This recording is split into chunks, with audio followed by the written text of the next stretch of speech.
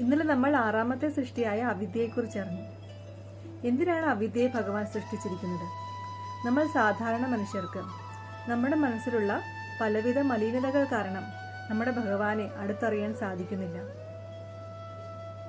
ഒരു കണ്ണാടിയെ എങ്ങനെയാണോ അഴുക്കും പൊടിപടലങ്ങൾ മറയ്ക്കുമ്പോൾ നമ്മുടെ പ്രതിബിംബം മറയ്ക്കപ്പെടുന്നത്, അതുപോലെ ഈ അവിദ്യ ഭഗവാനിൽ നിന്നും നമ്മളെ ദൂരം മാറ്റി നിർത്തുന്നു.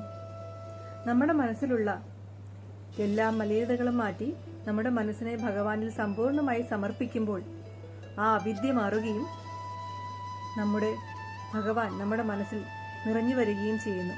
അപ്പോൾ ആ പരബ്രഹ്മത്തെ നമുക്ക് കൂടുതൽ അറിയുവാനും സാധിക്കുന്നു. അപ്പോൾ എല്ലാവർക്കും ഹരേ കൃഷ്ണ.